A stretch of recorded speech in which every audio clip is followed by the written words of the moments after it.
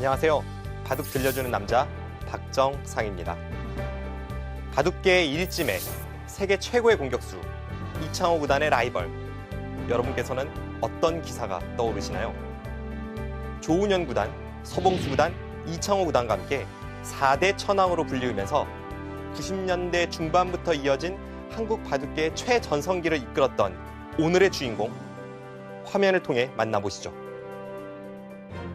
네, 유창혁 구단의 전성기 시절에는 일지매라는 별명이 잘 말해주듯이 화려한 공격력, 그리고 호방한 구상 이런 것들로 유명했죠. 그리고 특히나 큰 대회에서 또 큰 승부에서 오히려 더 좋은 내용과 더 좋은 성적을 거뒀을 만큼 큰 승부에 강했습니다.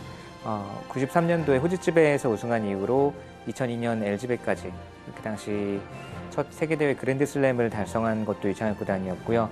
그만큼 이런 공격 바둑이라는 쉽지 않은 바둑 스타일로 세계 무대를 좀 제패한 대단한 승부사라고 할 수 있겠고, 역시 큰 승부에서 강했다는 것은 그만큼 승부사적 기질이 뛰어났다, 이렇게 평가를 할 수 있겠습니다. 다섯 번째 전설, 세계 최고의 공격수 유창혁 프로기사입니다.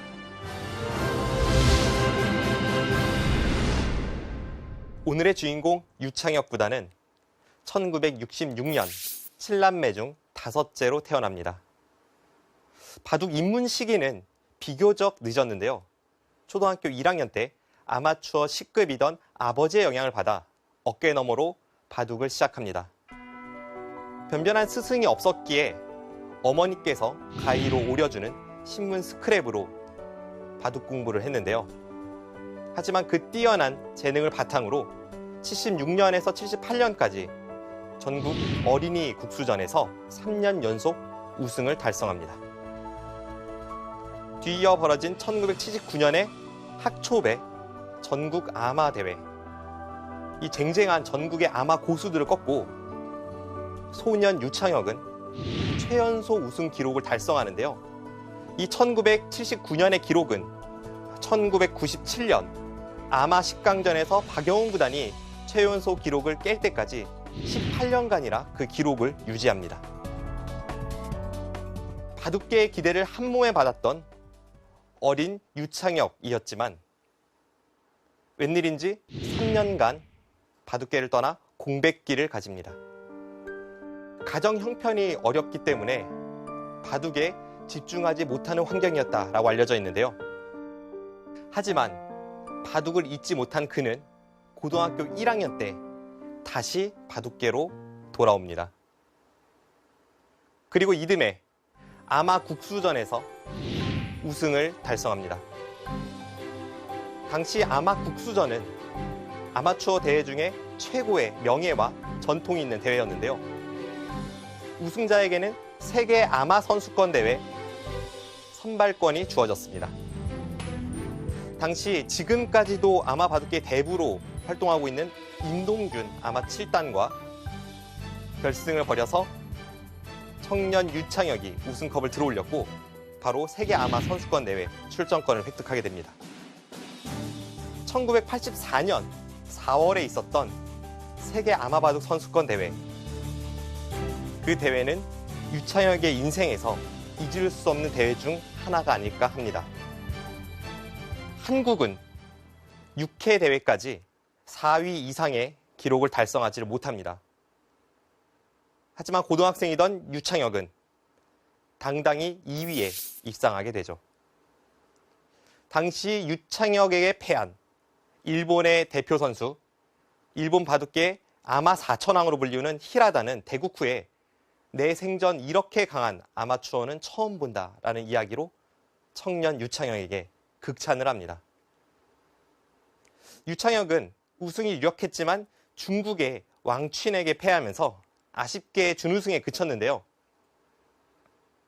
하지만 자신감을 얻은 유창혁은 돌아오자마자 1984년 4월에 있었던 일반인 입단 대회에서 연구생 시드를 받아서 본선부터 출발을 했고 당당 1위로 10승 1패의 성적으로 프로에 입문하게 됩니다. 입단 첫 해의 성적은 기대보다는 별로였습니다. 5승 4패를 기록했죠. 하지만 적응 무대를 마친 유창혁은 1985년부터 프로 바둑계에 맹폭격을 가하기 시작합니다. 20살의 청년이 된 유창혁은 1985년 51승 15패를 기록하면서 무려 4개 기전 본선에 오릅니다. 왜 본선 4개 진출에 무려라는 수식어를 붙였을까 의아하실 텐데요. 당시의 프로기전의 진행 방식은 이랬습니다. 예선전은 지금과는 달리 1차 예선, 2차 예선, 3차 예선이 있었고 1차 예선은 1단에서 3단까지의 저단진이 그리고 그곳을 통과하면 4단, 5단이 합류하는 2차 예선 그리고 6단 이상의 고단진이 나오는 3차 예선까지 저단진이 본선에 오르기 위해서는 엄청난 연승을 기록해야 했습니다. 하지만 청년 유창혁은 4개 기전 본선에 진출하죠. 1987년에는 수많은 우승 트로피 중 맨 앞에 있는 신예 기전 우승 트로피를 들어 올리는데요. 제2기 신왕전에서 임성근 5단을 꺾고 자신의 커리어 첫 타이틀을 획득하고 1988년 드디어 당대 1인자 조훈현의 아성에 금이 가기 시작합니다. 신예 기사 유창혁은 대왕전에 도전권을 내밀었는데요. 조훈현 구단에게 3대1로 승리를 기록하면서 자신의 커리어 본격기전 첫 타이틀을 획득함과 동시에 바둑계를 경악에 몰아넣었습니다.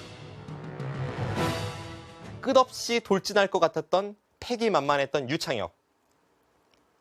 그러나 당대의 1인자였던 조훈현의 반격은 매우 매서웠죠. 1989년 말에서부터 1990년대 초까지 유창혁은 조훈현 국수와 몇 개 기전 결승에서 연이어 맞붙습니다. 기성전, 대왕전, 박하스배 이 3개 기전에서 맞붙는데 유창혁은 조훈현에게 3번의 대결을 모두 패하고 맙니다. 89년 말부터 90년 중반까지 유창혁은 조훈현에게 계속해서 패퇴하는 그 시기에 이창호는 끊임없이 도전을 하면서 드디어 스승으로부터 타이틀을 획득하기 시작을 하는데요. 그래서 이창호와 유창혁 이 두 라이벌을 비교했을 때 조금씩 이창호의 평가가 올라가던 시기였습니다. 그리고 1990년 9월 제2기 기성전 본선 리그 최종국에서 이 두 라이벌은 대격돌을 하게 됩니다. 당시 본선 리그에서 6승 무패를 기록하고 있던 이창호. 5승 1패로 이창호의 뒤를 바짝 쫓던 유창혁. 게다가 이창호는 41연승이라는 어마어마한 대기록을 질주하고 있었습니다. 본선 리그 최종국에서 두 기사가 맞붙었을 때 전문가들은 이창호의 승리를 예상했죠. 하지만 결과는 유창혁의 승리였습니다. 이창호의 41연승을 저지한 거죠. 그리고 뒤이어 3일 뒤에 벌어진 동률 제대국에서도 유창혁은 또 한 번 이창호를 꺾고 도전권을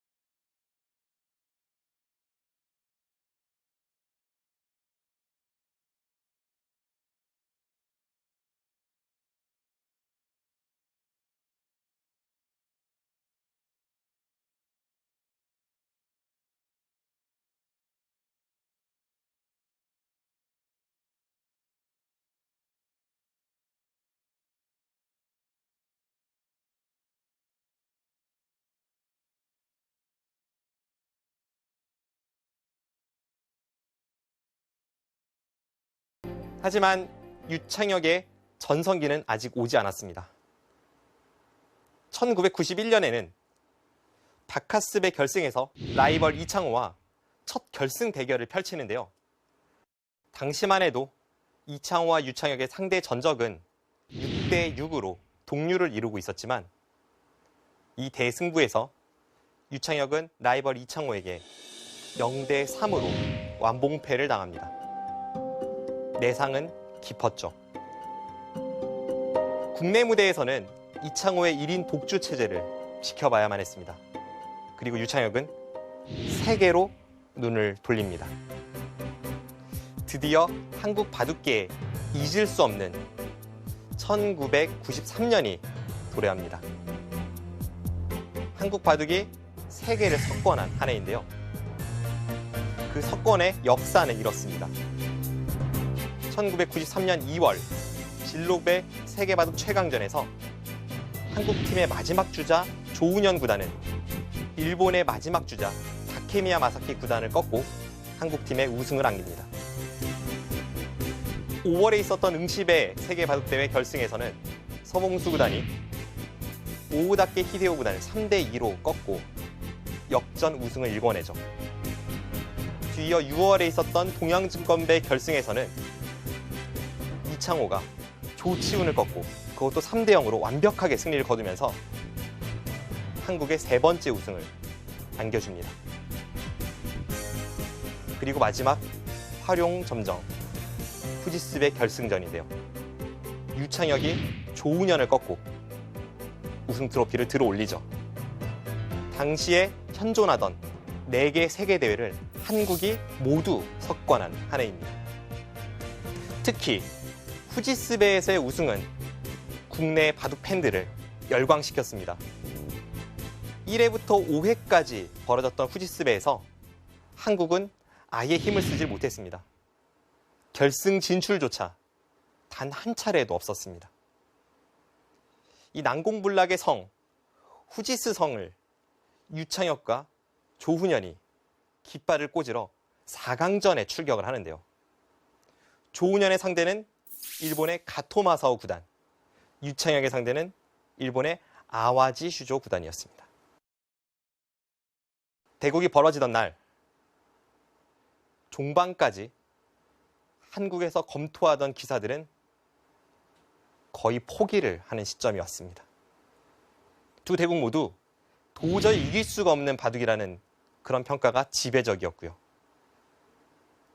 하지만 일본에서 실시간으로 전해지는 팩스, 수순이 진행될수록 유창혁과 조훈현은 힘을 내기 시작했고 두 대국 모두 대역전, 반집승으로 끝이 납니다. 한 달 뒤 93년 8월에 있었던 결승전에서 형제 대결 끝에 유창혁은 조훈현을 꺾고 우승 트로피를 들어올립니다. 진로배의 조훈현, 응시배의 서봉수, 동양증권배의 이창호에 이어 후지스배의 유창혁까지 한국 바둑의 4대 천왕은 세계 바둑의 4대 천왕이 되었습니다. 그리고 유창혁은 후지스배 우승을 바탕으로 1993년 말 최우수 기사상을 수상합니다. 당시의 세계 무대는 한국이 통일했는데 국내 무대는 균등하게 배분이 되어 있지 않았죠. 이창호의 1인 독주 체제는 계속해서 이어졌습니다. 그리고 딱 이 시기부터 유창혁은 왕위전의 전설을 써 내려가기 시작합니다. 기사들이 인연이 있는 기전이 저마다 하나씩은 있는데요. 그래서 조훈현 구단은 조국수로, 서봉수 구단은 서명인으로 불리우죠. 유창혁 구단은 아직까지도 유왕이로 불리우곤 합니다. 이창호 구단이 한국 바둑계의 천하 통일을 앞두고 있던 시기 90년대 초반으로 가보면요.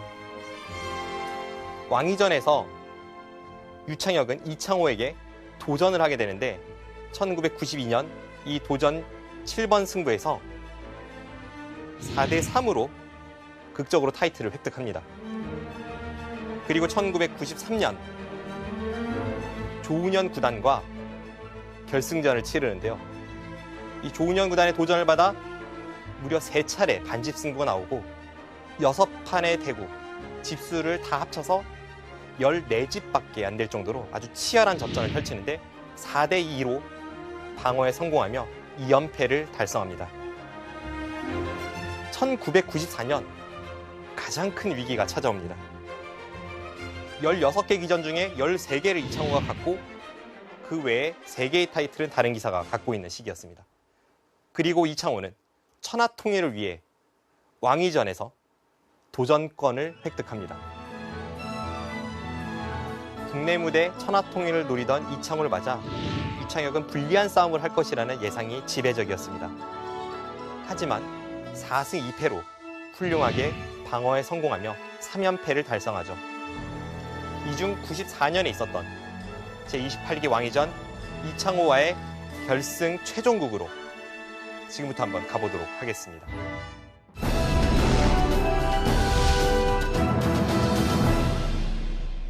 왕위전 도전 6국 현장 속으로 한번 가보겠습니다. 백이 유창혁 6단, 흑이 이창호 6단입니다. 이쪽으로 뛰고 늘어서 아래쪽의 백의 모양을 키워가는 상황입니다. 이창호 6단은 이곳을 틀어막고 호구치자 이렇게 한 칸을 띄어서 아래쪽의 백의 모양을 붓으로 가는데요. 이쪽에 젖히는 것과 날일자, 넘는 것을 보고 있습니다. 붙이고 날일자를 두고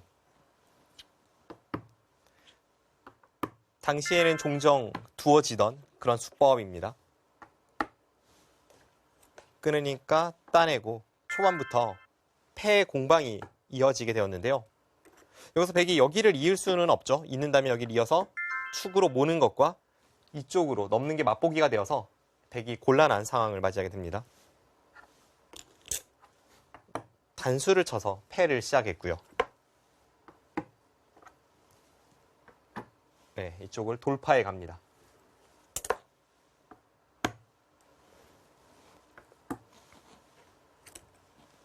넘고 벌리고 초반치고는 꽤 큰 바꿔치기가 이루어졌지만 여기까지의 국면은 팽팽합니다.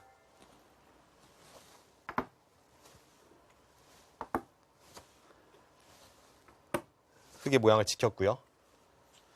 바짝 다가서자 이번에는 이쪽을 넘어서 실리로도 크고 좌변의 흑도를 좀 더 안정시키는 의미가 있습니다. 이 장면에서 유창혁의 화려한 기풍이 나오는데 결과적으로는 그 수가 조금 실속이 없어서 이창호 6단에게 끌려가게 되는 원인이 됩니다. 이곳을 두었는데요. 보통이라면 이런 식으로 두어서 상변을 모양을 지켜가는 게 무난하겠죠. 이 수는 유창혁 6단 다운 수였지만 결과적으로는 그 판단은 좋지 않았습니다.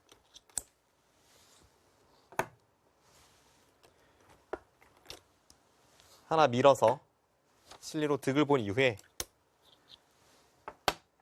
여기를 갖다 붙여서 아주 강하게 돌진을 합니다.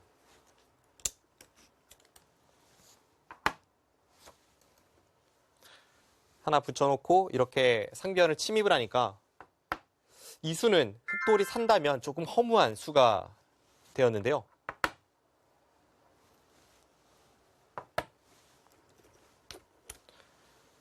여기를 모양을 정리한 이후에 이곳을 밀어가니까 백도 이쪽에 끊어지는 단점이 있고 흑은 어느 정도 모양을 잡았기 때문에 백의 모양을 넓혔던 이 한 수는 명백한 실수가 되고 있습니다. 이쪽의 약점을 좌변 쪽의 흑의 사발을 노리면서 지키고자 이쪽으로 한 칸을 띄었고요.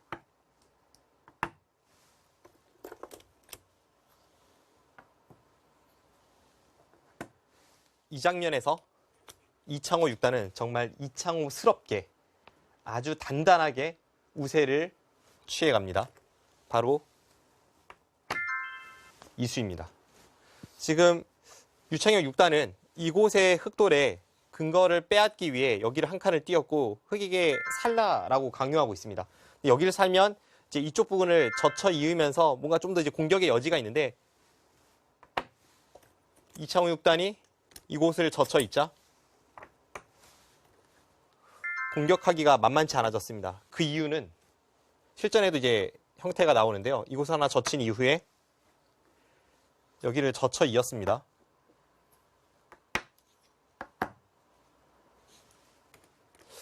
이곳과 이곳이 맛보기로 흙은 안에서 자체적으로는 살 수가 없고 지금 바깥쪽으로 나가는 것도 계속 공격을 당하면 이게 살 수 있나라는 생각이 듭니다.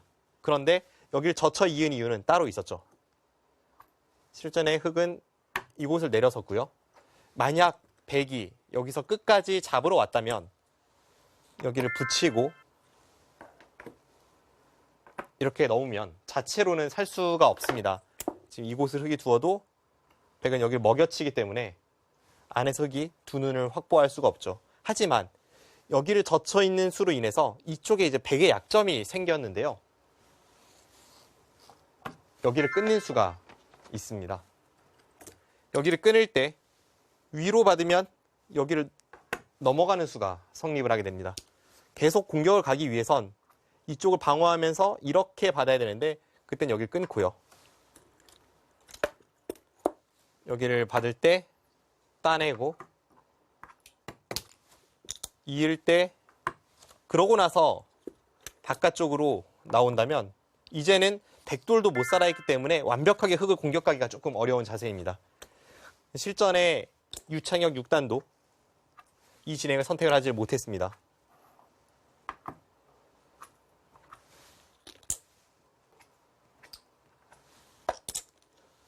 이곳을 늘어서 지켜두었고요. 여기를 늘어서 살면서 이곳에서의 공방은 일단락이 되었는데 흙이 곳곳에 실리가 돋보이는 국면입니다. 이 선으로 저공 비행을 들어왔습니다. 국면은 계속해서 도전자 이창호 6단이 리드하고 있습니다.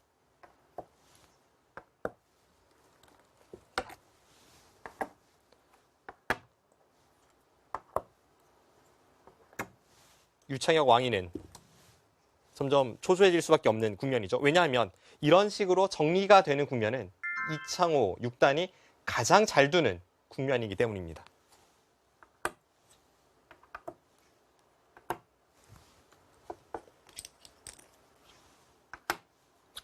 붙이고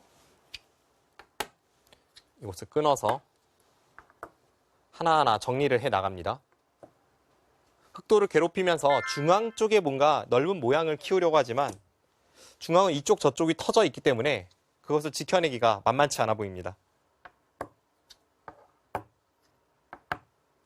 실리로 추격을 하려고 하지만 여기를 둬서 다음에 이쪽 젖히는 백의 약점을 보고 있고요. 이쪽을 지키니까 하나 밀어서 정리한 이후에 아주 순탄하게 흙이 우세를 승세로 바꿔가는 작업입니다.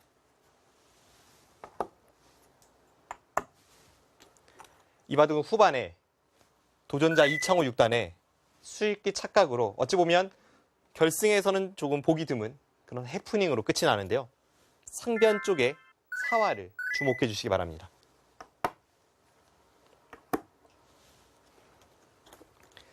여기까지는 계속해서 흙의 승세 국면이고요.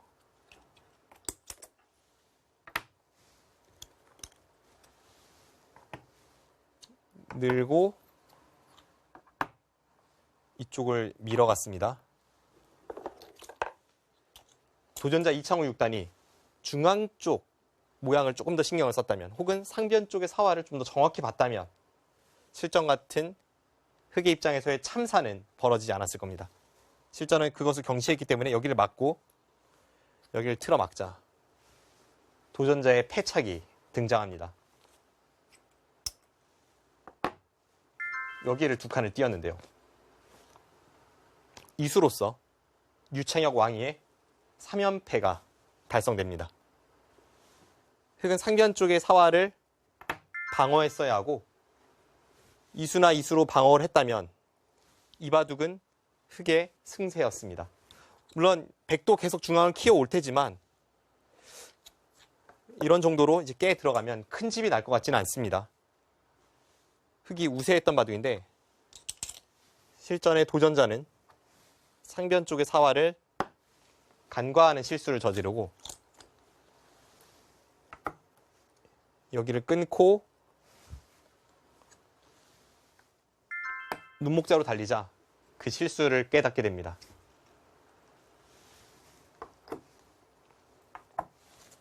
이 장면에서는 흙이 잡혔습니다. 여기를 붙이면 언뜻 보면 흙의 형태가 굉장히 안형이 풍부해 보이는데요. 백은 여기를 밀어가는 수가 좋은 수입니다. 그래서 흙이 어디를 두든 지금 여기를 당하면 흙이 곤란하기 때문에 흙은 이어야 되는데 그러고 여기를 두면 이 흙돌은 살 수가 없습니다. 마찬가지로 다른 식으로 응수를 해보아도 흙은 살 수가 없는데요. 실전에 흙은 여기를 갖다 붙였습니다. 이 장면이 백이 조심해야 될 포인트인데요. 유창혁 와기는 정확하게 수를 읽고 있었죠. 다음 한 수가 이 대국의 마지막 수가 됩니다. 지금 여기를 잡으면 여기를 끊어서 이쪽과 이쪽이 맛보기로 백이 성가시죠. 실전에 이 붙임수 결정타입니다. 이곳과 이곳이 맛보기가 되어서 이 한 수로 인해서 상변의 흙 대만은 살 수가 없고 도전자 이창호 6단은 돌을 거두었습니다.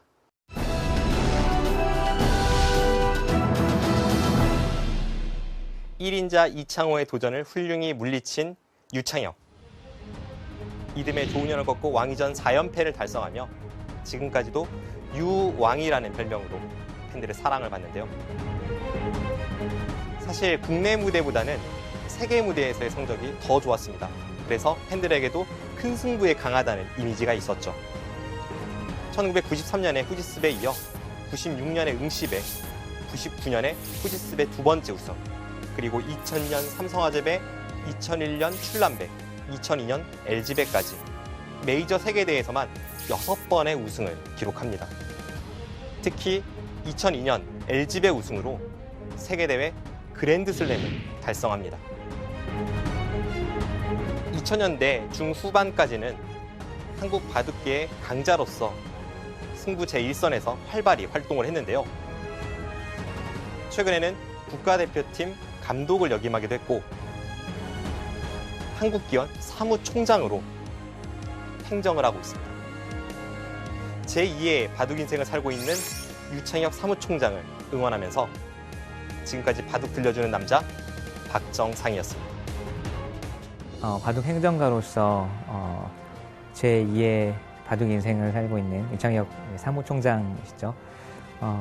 바둑 한 판을 이기기 위해서는 초반, 중반, 종반 두루 강해야 되고 또 판 전체를 살피는 전체적인 균형을 잘 살피는 그런 능력도 있어야 합니다. 마찬가지로 바둑 행정가로서 바둑계 전체를 두루두루 잘 살피고 또 초반, 중반, 종반 모든 것에 또 두루두루 강한 모습을 보여주셔서 모든 바둑계가 더 나은 미래로 발전한 모습을 보여줄 수 있도록 힘써주셨으면 하는 바람입니다.